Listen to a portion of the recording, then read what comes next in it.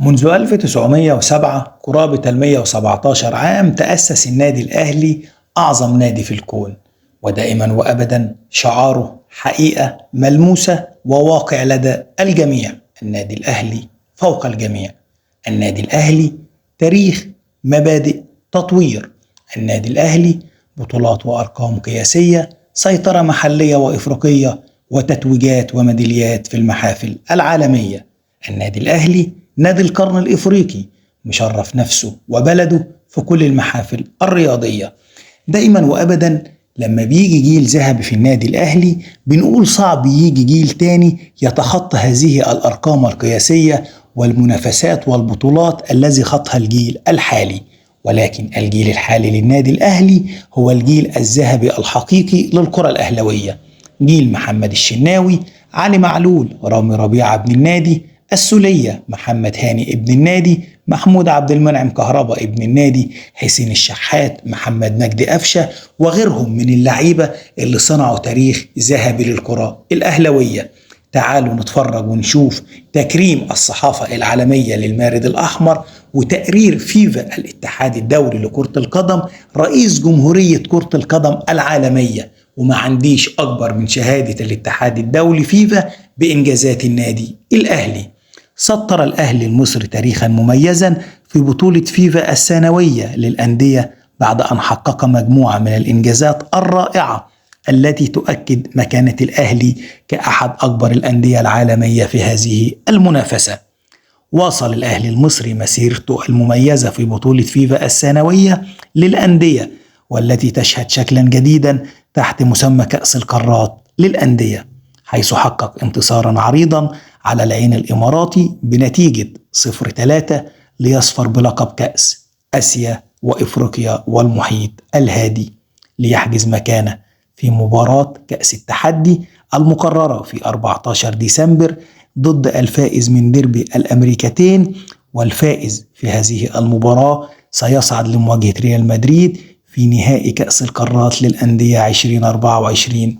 يمثل هذا الإنجاز فصلا جديدا في تاريخ النادي الأهلي العريق، الذي استطاع عبر مشاركاته العديدة في البطولة العالمية، كأس العالم للأندية سابقا وكأس القارات للأندية حاليا، تسجيل العديد من الأرقام القياسية المميزة على الصعيدين الجماعي والفردي. يعد النادي الأهلي تاني فريق في تاريخ بطولة فيفا السنوية للأندية يتجاوز حاجز 30 هدف، وبهدف محمد مجدي قفشة من ركلة جزاء في شباك العين الإماراتي بطل قارة آسيا رفع الأهلي رصيده إلى الهدف رقم 34، ويظل نادي ريال مدريد في الصدارة برصيد 40 هدف. بخوض النادي الأهلي مباراة كأس آسيا وإفريقيا والمحيط الهادي ضد العين الإماراتي، رفع الأهلي عدد مبارياته في البطولة إلى 26 مباراة، وهو رقم قياسي لم يسبقه إليه أي نادي آخر. الأهلي يواصل مطاردة ريال مدريد صاحب الرقم القياسي في عدد الانتصارات في البطولة برصيد 12 فوز بعد فوزه على العين الإماراتي بنتيجة 0-3، وأصبح على بعد انتصار وحيد من معادلة العملاق الأوروبي ريال مدريد. عزز حسين الشحات نجم النادي الأهلي رقمه القياسي كأكثر لاعب مشاركة في بطولة فيفا السنوية للأندية بوصوله إلى المباراة رقم 16 في لقاء فريقه أمام العين، وهو نفس النادي الذي مثله حسين الشحات في 4 مباريات بنسخة 2018. كما أن البالغ من العمر 32 عام هو ثاني لاعب يسجل في 4 نسخ مختلفة من البطولة بعد الفرنسي كريم بنزيما نجم ريال مدريد. الأهلي ب10 مشاركات يتربع على عرش القارة الإفريقية. استطاع المارد الأحمر تسجيل 10 مشاركات في البطولة العالمية ليتفوق عليه سوى أوكلاند سيتي بفارق 3 مشاركات.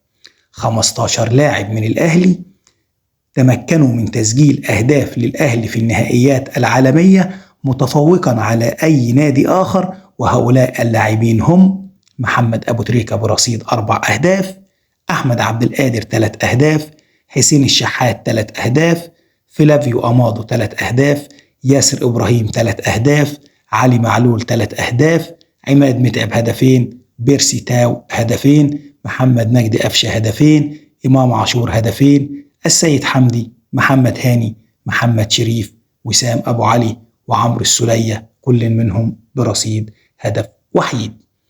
4 ميداليات يحتل الأهلي المركز الثاني في قائمة الفرق الأكثر حصولا على الميداليات في تاريخ بطولة فيفا السنوية للأندية، حيث حصد 4 ميداليات جميعها برونزية، معادلا بذلك عدد ميداليات برشلونة الذي بحوزته 3 ميداليات ذهبية وميدالية فضية.